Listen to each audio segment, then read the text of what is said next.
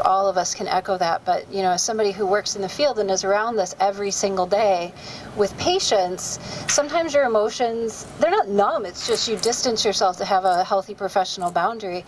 And I think today we're all just experiencing this incredible emotion of how big this event is. So, and Carolyn also said to me, why was I the one who was spared? And I am said in return that I'm so glad that you were spared. All that you have done as a pioneer for this field after you recovered from your eating disorder in 1979, you have pioneered treatment, you have pioneered books, you have pioneered using your voice, and it is such an honor that you have come to talk to us today about not only your story, but why you wanted to partner with the March. Thank you.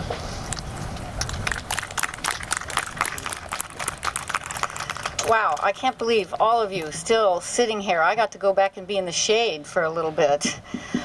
It's really hard to know what to say after all these great speakers. And I come from so many different positions on this, being recovered, and I'm not a mother, but of course I had one. And having had an eating disorder, I kind of know all the pain and suffering that we, people who have eating disorders, put our families through. But also, interestingly enough, I was trying to think, why am I here? And Kathleen is right. I got very touched about the fact of being spared and surviving in order to be up here and me fighting back. And I didn't realize, Kitty said it's one of her most emotional talks, and I feel like it's sort of that way too. But I want to say a little bit about why I'm here. So I'm here because I recovered. I'm here because I'm an activist, as all of you are. I'm here to offer support. Are they listening? Are they listening? I wonder. I'm here because of the damage that I see. And I also realized something today, that I'm kind of here to apologize, being, I think, the only therapist to speak. And I hear mothers say, we were blamed, we weren't listened to, we were mistreated. I, in some ways, want to apologize for the field, We didn't know what we didn't know, and I'm here to learn. I'm not just here to talk to you, I learn, and I've already learned things today. I want to thank my own mom, who's no longer with us, but I want to thank her for suffering with a lot of grace through my own anorexia. She'd be so proud that I would be up here speaking about fighting back, about trying to get coverage so other people can be recovered also. I can't imagine what she would think now, hearing that here I am speaking on the West Lawn of the Capitol. And I'm a little bit in awe being here when I think about other people who have marched and rallied and picketed and fought and cried and thrown themselves on the ground for different causes. Particularly what I want you to remember, the women suffragettes. And if you haven't done it, go Google their story and see that it started out with a few women picketing, just a few. And others would say, oh, we're never going to see a change. It's not going to happen. And it grew. And this whole lawn should be covered in the next few years, right? This entire lawn. And I would challenge every single one of you to go home and to say, next year, I'm bringing 5 people to this. That's how it happens. That's how it happens. Or maybe more than 5. Many people accept that eating disorders are serious illnesses. It wasn't the case when I had mine. I think that's the case now. A lot of people don't accept, but many do. But even the ones that do accept don't realize that someone dies from an eating disorder every 62 minutes. That also is an astonishing piece of data. A lot of mothers have talked about the injustice that has been perpetrated on their daughter or their family. I happen to sit in a position of seeing it happen every day with other people running a treatment center. Every day, I have to make decisions. Constantly, I'm having to make decisions. Right now, I'm making one with my boss, Lisa Cantor. I call her my boss. About, do I let this person go, or do I treat her for free while we take on the insurance company? Because some case manager or some doctor from an insurance company who's never even seen the patient has decided that they no longer need the treatment, and they are taking their chances that the families can't do anything about it. I know you've heard stuff about the insurance companies, but I need to add a little bit about these pieces. I want to say that I've seen insurance companies dole out little bits of treatment here and there and then call somebody chronic.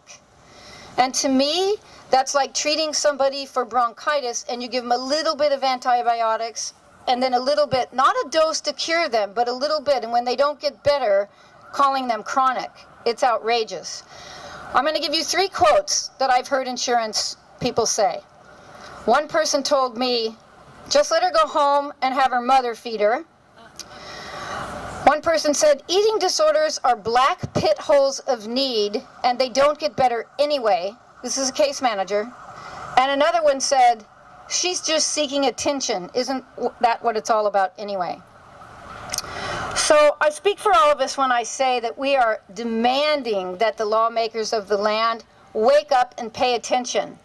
I don't know if they are, but I'm hoping that these talks, all of what we're saying, all of what you're hearing, we keep it going. And also with lobbying tomorrow, hopefully some of the statistics you've heard today you'll be able to use.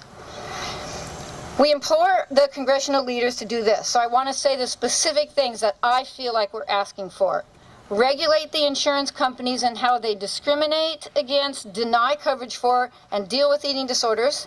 Insist that they follow some kind of guidelines, like maybe the APA guidelines, for example, because they don't have to. They get to follow their own guidelines, which is sort of the fox guarding the hen house. Assign stiff penalties to companies who routinely deny and avoid paying for eating disorder coverage. And then this one, I would say, investigate the amount and the kind of lawsuits that families not only have filed, but have won. And then you will see the kind of egregious things that are going on in terms of denying insurance coverage with no oversight. The other thing I would say to our congressional leaders is, don't wait, because we've had a few people that once their daughters or their sons became affected, they got involved in this fight. And I am thankful for that. I really am. But what I say to all the others is, don't wait till your daughter or son or close relative becomes afflicted with an eating disorder to learn the ugly truth that's going on. Because at the rate eating disorders are occurring, that is actually quite likely. Act now. And all of you who are before me, I would bless you for being agents of change, because that's what I think it takes. And remember, you know, even though the numbers are small in comparison to maybe some other marches or movements that we've all seen, I always like to remember what Margaret Mead said. Many of you probably know. Never doubt that a small group of thoughtful, committed citizens can change the world. Indeed, it's the only thing that ever has.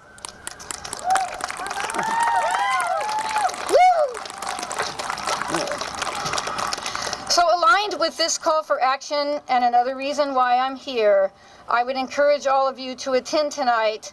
Montanita was hosting a premiere of an important film called America the Beautiful 3. And it's a third in the trilogy of films by Daryl Roberts. The first one is about our culture's obsession with beauty.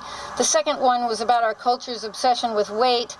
And this film tonight is about our culture's obsession with sex, but particularly with the sexualization of our youth. But as with all 3 films, it's really about our culture's fixation of image over substance and the objectification of the female body, which forces all of us to look at the dire consequences that this climate has created in our nation's mental health. So the film will disturb you, I hope, but appropriately so. But it is a call to action, and I want to end with saying something really positive. The female heroine in the film actually had bulimia, had her own eating disorder, and I like to say she turned her adversity of her eating disorder into activism. And she won a very major David and Goliath sort of fight with one of the biggest fashion corporations on the planet. So join us tonight at 5:30 at the Hard Rock Cafe. Lisa Cantor is sponsoring a dinner reception, and that's followed by the film at the landmark E Street Theater at 7 p.m. Thank you so much for having me.